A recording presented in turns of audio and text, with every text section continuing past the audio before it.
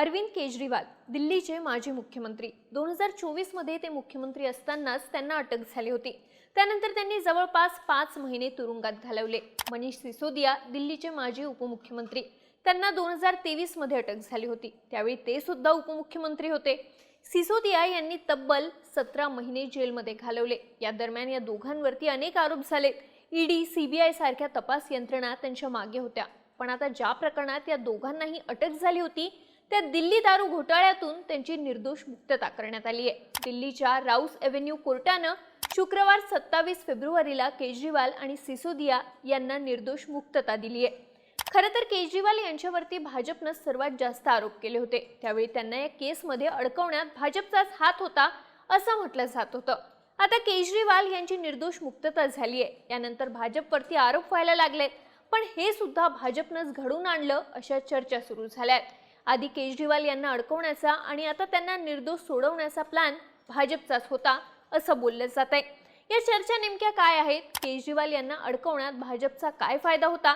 आता त्यांची सुटका होणं सुद्धा भाजपसाठी कसं फायद्याचं ठरू शकतं पाहूयात या व्हिडिओमधून। नमस्कार, मी दिव्या आणि तुम्ही पाहताय बोलभिडू।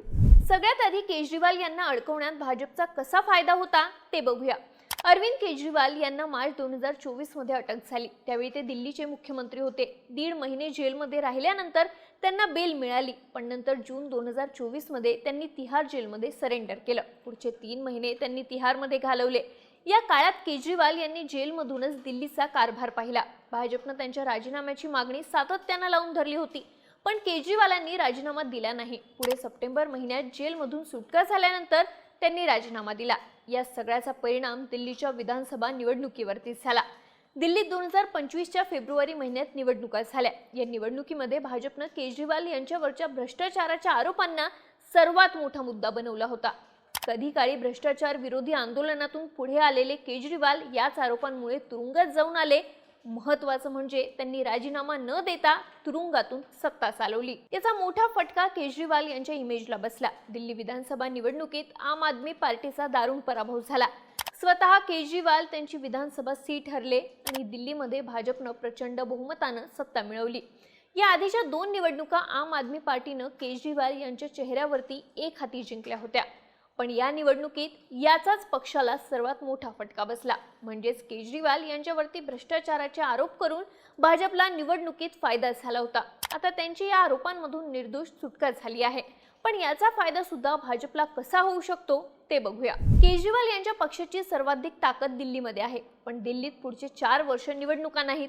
स्वतः केजरीवाल सुद्धा विधानसभेत आमदार नाहीत, त्यामुळे ते दिल्लीच्या राजकारणातून जवळपास बाहेर पडल्याचं चित्र आहे। आता पुढचे 4 वर्ष केजरीवाल देशातल्या इतर राज्यांकडे लक्ष देतील असं दिसतंय। आप हा राष्ट्रीय पक्ष आहे, तो विरोधकांच्या इंडिया आघाडीतून बाहेर पडलाय। हा पक्ष एनडीएचा सुद्धा भाग नाही आणि याचाच फायदा भाजपला होणार आहे। दिल्लीनंतर आम आदमी पार्टीची सर्वाधिक ताकद आहे पंजाबमध्ये। त्या राज्यात सध्या आम आदमी पार्टीचे भगवंत मान हे मुख्यमंत्री आहे। पंजाबमध्ये पुढच्या वर्षी फेब्रुवारी महिन्यात विधानसभेची निवडणूक आहे आणि दिल्लीतल्या पराभवानंतर या निवडणुकीत आम आदमी पार्टी पूर्ण ताकदीने उतरणार हे नक्की आहे। पंजाबमध्ये भाजपची तेवढी ताकद नाही। तिथे काँग्रेस मुख्य विरोधी पक्ष आहे, तर शिरोमणी अकाली दल तिसरा मोठा पक्ष आहे। 2022 च्या निवडणुकीत आपने काँग्रेसकडूनच सत्ता खेचून आणली होती। आता 27 च्या निवडणुकीतही राज्यात आप विरुद्ध काँग्रेस अशीच फाईट होईल। या निवडणुकीत काँग्रेसकडे पुन्हा सत्ता मिळवण्याचा चान्स आहे। जर केजरीवाल यांच्यावरचे भ्रष्टाचाराचे आरोप कायम राहिले असते तर काँग्रेसने निवडणुकीत याला नक्कीच मुद्दा बनवलं असतं। केजरीवाल यांच्यावरती आरोप करून काँग्रेसने आम आदमी पार्टीला घेरलं असतं, पण आता काँग्रेसच्या हातून हा मुद्दा गेलाय। उलट आम आदमी पार्टीला निवडणुकीसाठी नवा मुद्दा मिळालाय। केजरीवाल हे प्रामाणिकच आहेत, त्यांच्यावरती भ्रष्टाचाराचे खोटे आरोप झाले होते असा प्रचार आम आदमी पार्टीकडून केला जाईल। पंजाबमध्ये आपला याचा फायदा होऊ शकतो। म्हणजे एक प्रकारे केजरीवाल यांची निर्दोष सुटका होणं याचा फटका काँग्रेसलाच बसताना दिसतोय। पंजाब नंतर हेच अन्य राज्यांमध्येही घडू शकतं आणि प्रत्येक ठिकाणी फायदा भाजपला आहे। पुढच्या वर्षी पंजाब सोबतच गोव्यामध्येही विधानसभा निवडणुका आहेत। दिल्ली बाहेरचं हे आणखी एक राज्य आहे जिथे आम आदमी पार्टीची ताकद आहे। 2022 च्या निवडणुकीत गोव्यामध्ये आप 6.77% वोट घेऊन 3ऱ्या क्रमांकावर राहिला होता। भाजपने ही निवडणूक जिंकली होती, तर काँग्रेस पक्ष 2ऱ्या क्रमांकावरती होता। त्यावेळी आम आदमी पार्टीने काँग्रेसची मतं खाल्ली असं बोललं गेलं होतं, ज्याचा फायदा अर्थातच भाजपला झाला। आता हेच 27च्या निवडणुकीतही होऊ शकतं। या निवडणुकीत आम आदमी पार्टीला आपल्या जागा वाढवायच्या आहेत। केजरीवाल यांची भ्रष्टाचाराच्या आरोपांमधून निर्दोष मुक्तता झाल्यानंतर पक्षाला नवी ताकद मिळणार आहे। पण राज्यात भाजप विरुद्ध काँग्रेस फाईट असताना आप भाजप विरोधी मतं खाऊ शकतो, याचा फटका पुन्हा एकदा काँग्रेसलाच बसेल। म्हणजेच एक प्रकारे आम आदमी पार्टीची ताकद वाढणं हे काँग्रेससाठी अडचणीचं आहे। केजरीवाल यांची निर्दोष सुटका करून भाजपनं हेच साध्य केल्याचं बोललं जात आहे। गुजरात हे आणखी एक राज्य आहे जिथे आम आदमी पार्टीची चांगली ताकद आहे। गेल्या विधानसभा निवडणुकीत आपनं गुजरातमध्ये तब्बल 13% मतं मिळवली होती, पण ही निवडणूकही भाजपनं जिंकली होती आणि काँग्रेस पक्ष दुसऱ्या क्रमांकावरती राहिला होता। त्यावेळी राज्यात भाजप विरुद्ध अँटी इन्कम्बन्सी आहे असं बोललं जात होतं, पण आपमुळे विरोधी मतांचं विभाजन झालं आणि फायदा भाजपला झाला।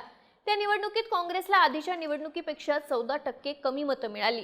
याचाच अर्थ काँग्रेसची कमी झालेली मतं आम आदमी पार्टीकडे गेली होती। आता पुढच्या वर्षी पंजाब आणि गोव्यानंतर गुजरातमध्येही विधानसभेची निवडणूक आहे। त्या निवडणुकीतही अशाच प्रकारे मतांचं विभाजन करण्याचा भाजपचा प्लॅन आहे। त्यासाठी आम आदमी पार्टीला ताकद देणं आवश्यक होतं।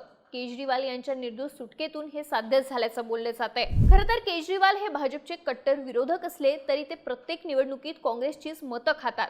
हे दिल्लीत झालंय, पंजाबमध्ये झालंय, गोवा आणि गुजरातमध्येही झालंय। यापैकी दिल्लीच्या निवडणुका होऊन गेल्या जिथे भाजपनं विजय मिळवला। आता दिल्ली बाहेर ज्या ज्या ठिकाणी आपची ताकद आहे तिथे तिथे पुढच्या वर्षी निवडणुका आहेत। त्या निवडणुका डोळ्यासमोर ठेवूनच केजरीवाल यांची निर्दोष सुटका करण्याचा प्लॅन भाजपचाच होता असं आता बोललं जात आहे। एकूणच काय तर केजरीवाल यांच्यावरती भ्रष्टाचाराचे आरोप झाले, ते जेलमध्ये गेले, याचा फायदा भाजपला दिल्लीच्या निवडणुकीत झाला।